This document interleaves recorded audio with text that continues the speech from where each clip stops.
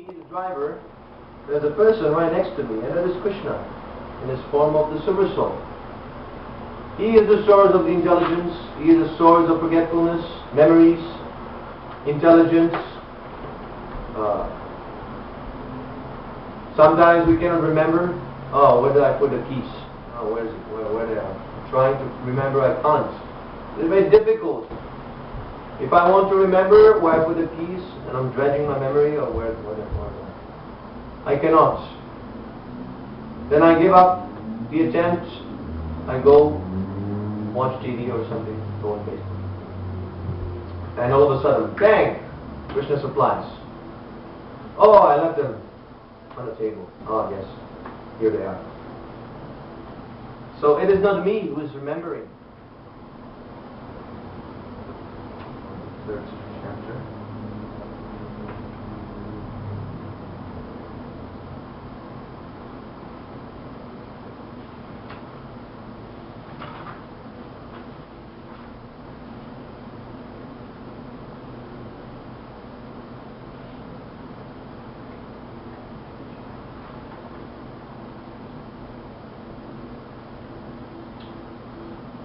Eticha ansha kala punsham.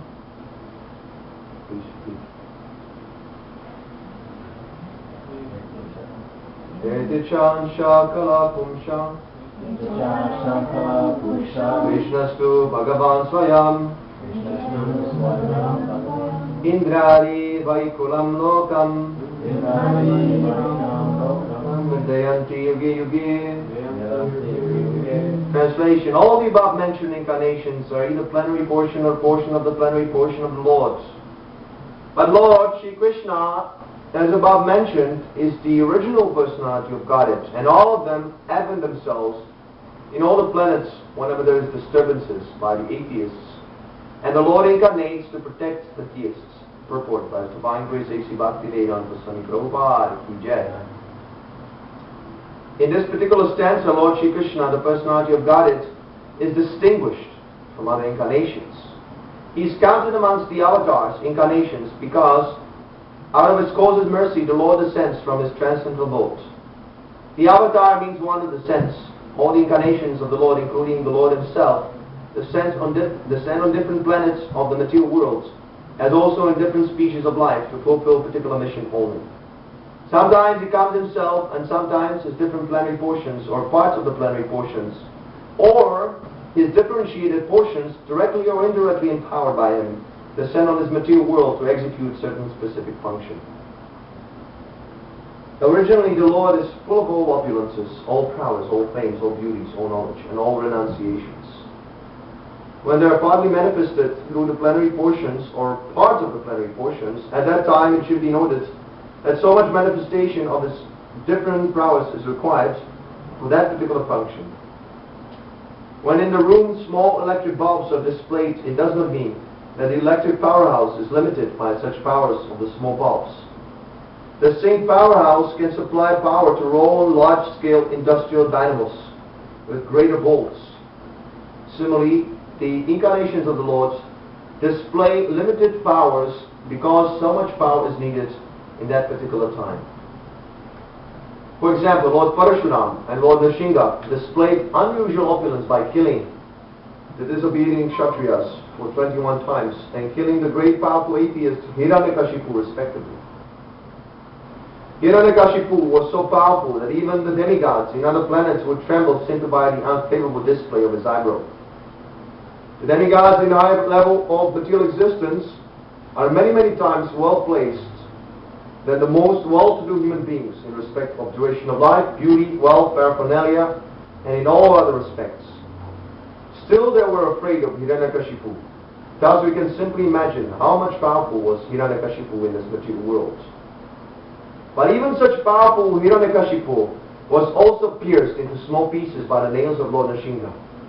This means that anyone materially powerful cannot even stand the strength of the Lord's nails. Similarly, Janmasthami displayed his power to kill all the disobedient kings powerfully situated in their respective states. His empowered incarnation Narada and plenary incarnation Varaha, as well as indirectly empowered Lord Buddha, manifested his feature of creating faith in the mass of people. The incarnation of Rama, Dhanvantari, manifested the feature of his fame. Balaram Mohini and Vamana exhibited the feature of his beauty. Dattatreya, Matsya, Kumara and Kapila manifested the feature of his transcendental knowledge. Narayana Rishis manifested the feature of his renunciation. So all the different incarnations of the Lords, indirectly or directly powerful, manifested different features. By Lord Krishna, the primordial Lord exhibited the complete features of Godhead. And thus it was confirmed that He is the source of all other incarnations. Tasmai Shri Gurave Namaha. I offer my humble obeisances unto my spiritual master, divine grace, so open my darkened eyes with the torchlight of knowledge. So, this is the ultimate, this shloka is the ultimate proof of Krishna's supremacy. There's all kinds of concocted theories. People say that Krishna is the avatar of Vishnu, Krishna is a demigod, the god of love, and so many nonsense things. So we should not be confused by these theories. We should be completely kicked out, because they actually present an obstacle for a genuine follower of Vedic principles. It is an obstacle if we hear from nonsense people, unauthorized, outside of Parampara, outside of the cyclic succession. Sanatana Goswami says, Harikatha, Krishna Katha, the talks about Krishna are very pleasing like a nectar. But just like the milk is also a very nectarian beverage, very nutritious, if it is touched by the lips, by the tip of the tongue of a snake, it turns into poison. Similarly, this Krishna Katha can turn into a poison, if it's handled by a rascal. If we hear from a person who is not following the regular principles of devotional life, if one does not control his senses, he cannot control his senses, he's indulging in simple activities, then it is guaranteed that he must commit mistakes, he must be cheating, he must fall into illusion, he must have imperfect senses, and therefore he cannot give perfect knowledge. We should not hear from such a rascal. We should hear from the perfect Acharya, a pure devotee, who is situated on the topmost platform of devotional service. There are 3 levels, 3 stages of devotional service. Does anyone remember which one they are? Except Ramachandra. 3 stages of advancement in devotional service. 3 types of devotees. Karishtarikari, yes.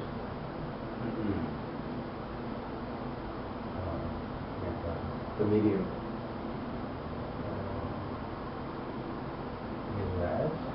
No, with him. Medium or Madhyam? Medium, Madhyam. Madhyamarikari. And the topmost is?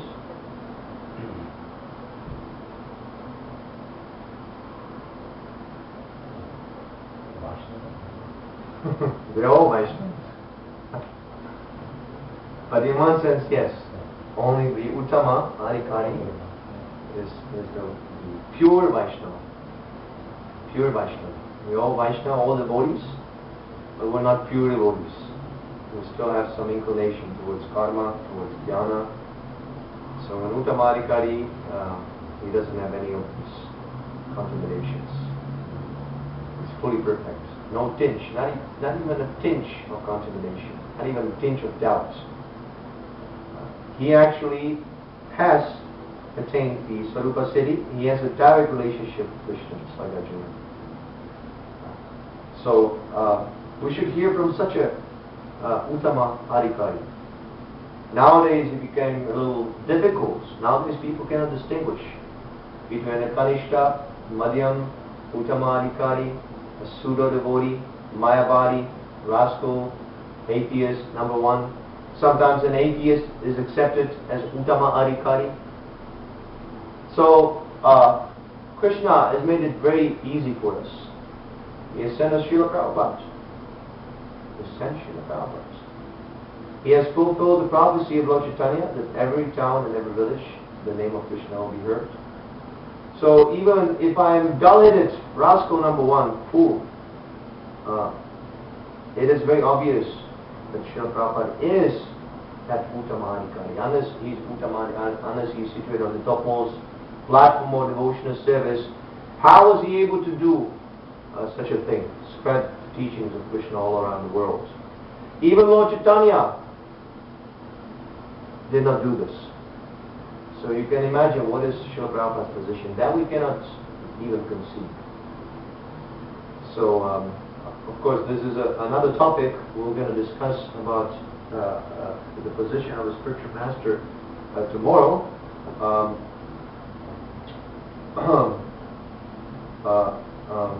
Krishna, as opposed to the jiva, is achyuta. Achyuta means he cannot fall down. He cannot fall down. He is the complete Godhead, supreme absolute truth.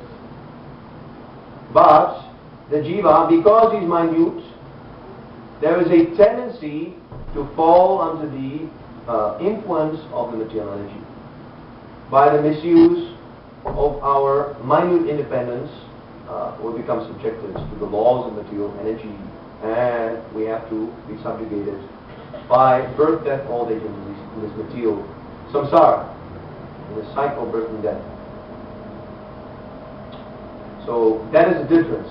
Just like there's a fire, right?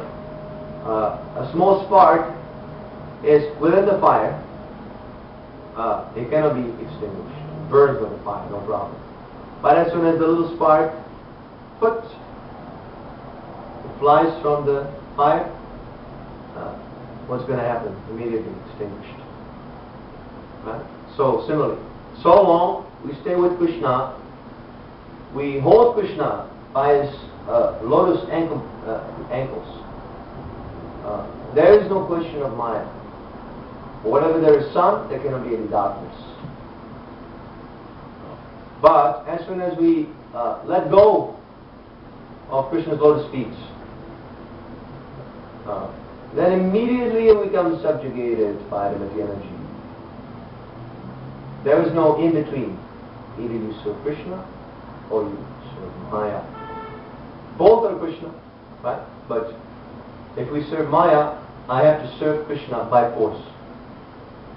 I have to serve him by force. If I serve Krishna directly, that is always out of my free will. No one can force you to chant on your beats. No one can force you to read and take pleasure in the Krishna book. No one can force you to take prasadam. No one can force you to dance in ecstasy, in a kirtan. We're doing all these things. Why? Because we want to do them. We want to do them, despite all obstacles. Your friends will call you, "Are you nonsense? You belong to a cult. You're in a sect. Dangerous. You're weird." People will mock you on the street. Sometimes even spit. Right? Just a few weeks ago, Ramachandra, someone spat on him. He was trying to distribute a nice book. Someone spit on him. Right? So, a devotee, when he decides, yes, I want to be engaged in pure devotional service, he is ready to face all these obstacles. He doesn't mind. Why? Because he wants. He's not forced. And the nonsense karmi, rascal number one, non-devotee, duskatina mudha prapadyanti nanadama. Whatever he's doing, even his so-called pleasure, the highest pleasure, the genital business, the sex life, he's doing out of force. the material energy pushes him. The sex drive is a push. It's a push. Sometimes the push becomes so intense that a man he rapes, although he knows this is insanity.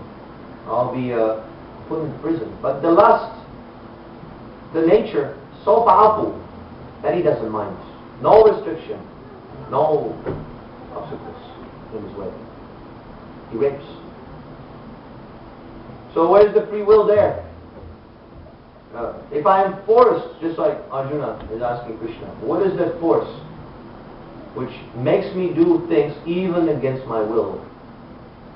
And Krishna responds. What does he say? What does he say, Krishna?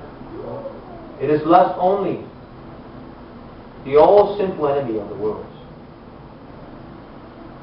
So, nobody is doing everything out of force.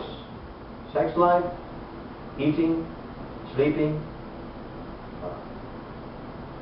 using the toilets, he has to do by force, the push of nature.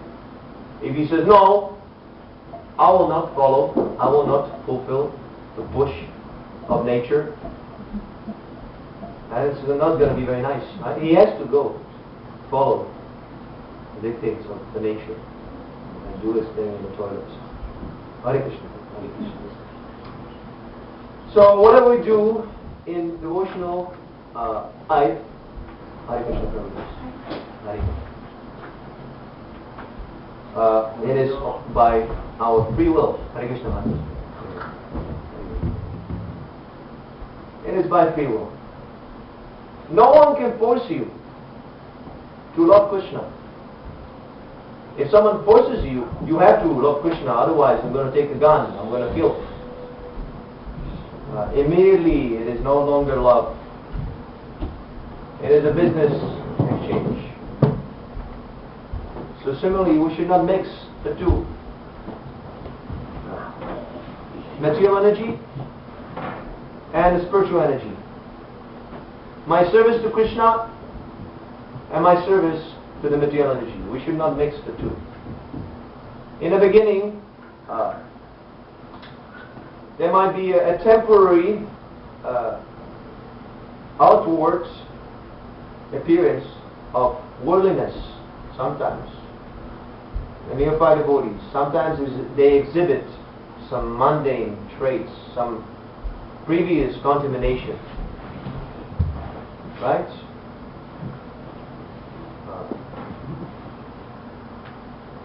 We have the material body. We feel pain when there's cold, when there's intense cold, just like in Canada, it's very intense cold. So we feel pain. If there's some mosquito that bites, we feel pain. Right? So long we have the material body, we have some duties towards the body. We have to protect the body from harm. We cannot just give up the duties we have towards the body. The body, the society, the family, these are all important. So in the beginning, in the neophyte platform, there might be some exhibition of this mundane attachment, material attachment. But we should not pay too much attention to it. In due course, we're going to transcend. Rishikesha, Rishikena Rishikesha, Sevanam Bhakti Ruchate. Then Rishikesha, Krishna, will automatically take charge of all our sensual activities. He will be supplying you whatever you need for the body. You don't have to do anything. Even now, you don't have to do anything. Prakriti kriyamanani gunai karmani sarasai. Ankara vimudatma kartamiti manate. The spirit soul thinks that he's a doer. I'm doing everything. I'm very responsible. I have to do this, so on, so on. But actually, whatever activities we're doing, including the activities of our minds, just consider how Maya is very subtle. Even she's in your minds. She's controlling your minds. still I think, by my ahankara, my false ego, I think I am actually doing this. So this is illusion. This is illusion. You can try to save your body. You can try, struggle for existence. But ultimately, Krishna comes as death, takes everything. Your job, your bank account, your family, everything will be taken at the time of death. What will remain? Your devotional service will remain. So, we should not be concerned about this very much, bodily conception of life. We should utilize our time in the devotional, engaging in devotional service to Krishna. It is actually, today, this morning we're reading, it is actually an offense not to observe festivals such as Janmasthami. Festival commemorating the appearance of the Lord and His various incarnations, or the appearance of devotees of the Lord, devotees of Krishna, the bona fide acharyas of Krishna, their appearance and their disappearance. In this way, if we get together and if we together discuss the pastimes of Krishna, it will create a very auspicious atmosphere, not just within our circle, but all over the world. All over the world. This Krishna Katha, this devotional service is so powerful. It penetrates the walls. We have a wall here. But devotional activities we do here, it penetrates the wall, and it's broadcast to the neighbors. The whole street is benefited. The whole Montreal is benefited. The whole of Canada is benefited. Srila Prabhupada has come here. Srila Prabhupada's divine grace has stepped onto the land of Kali Loka. This is a Kali Loka. We should not be very proud, the Western people. And we're very intelligent. We're very advanced. What is that advancement? If you read the Vedic literatures, you can find out. You'll be blown away. Your brain will be blown. Your mind will be blown away. That all the information is there. How to make airplanes, Vimans, how to make atomic bombs, how the embryo is being developed in the womb. All the information is already there. You have not discovered anything. Actually, when you use the word discover, it means it is already there. It has been covered from your vision, not from the vision of the bona fide acharyas. And now you have discovered it. But it was already there. So why are you taking credit for all these inventions and being falsely proud? This is the benefit of a bona fide temple. Nowadays, people, especially now in the Western countries, they're simply wasting their time. Simply following. They don't even know who they are. They don't know anything about a spirit soul. They simply think, I am the body, I am Canadian, I'm American, I'm this, I'm that, so on, I'm European. And because I'm this body, the only purpose of life is to satisfy my senses. Eating, sleeping, sex life, fighting.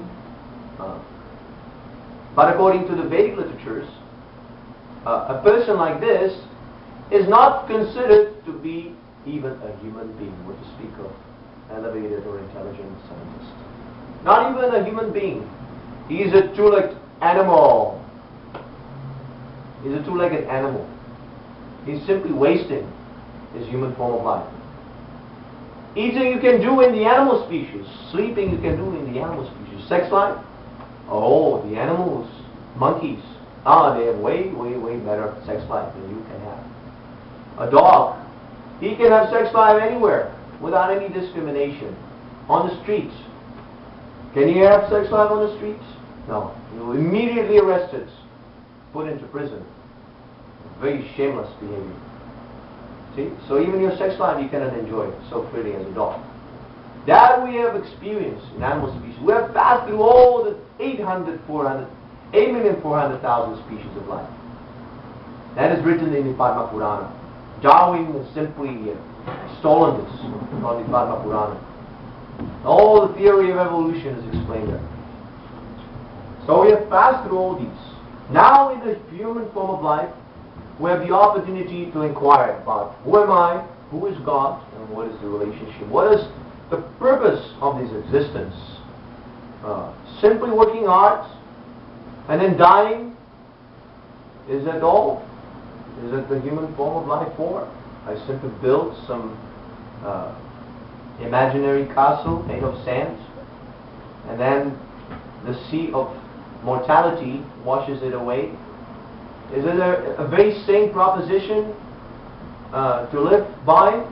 No. Therefore, we should utilize any single moment in our life to engage in service to Krishna.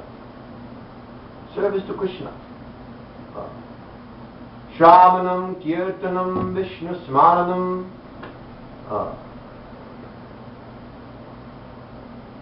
Preliminary, Shravana, hearing.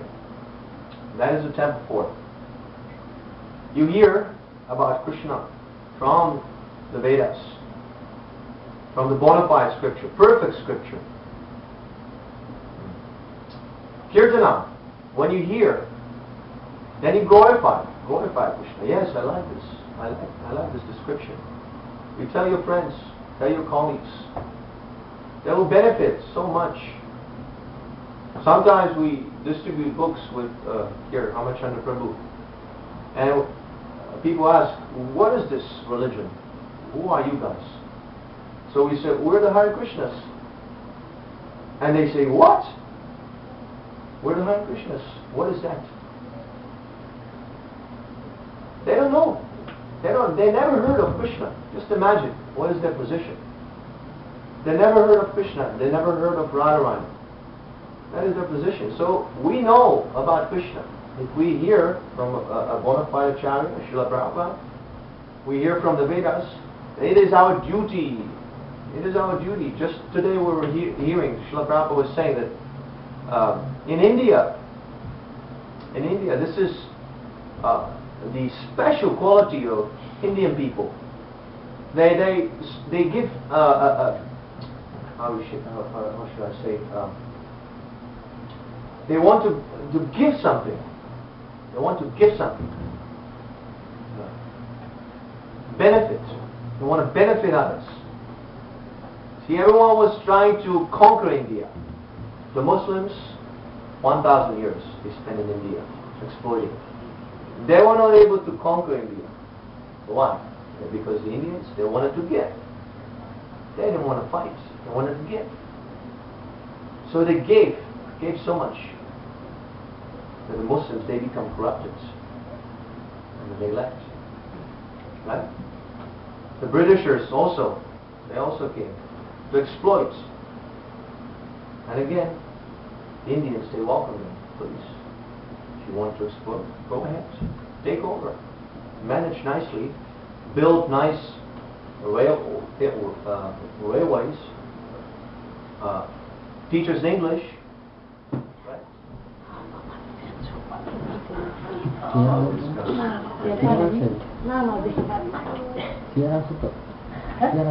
Chapter 21. Qualities of Sri Krishna. Personal features can be divided into two. One feature is covered and the other feature is manifested. When Krishna is covered by different kinds of dress, his personal feature is covered. There is an example of his covered personal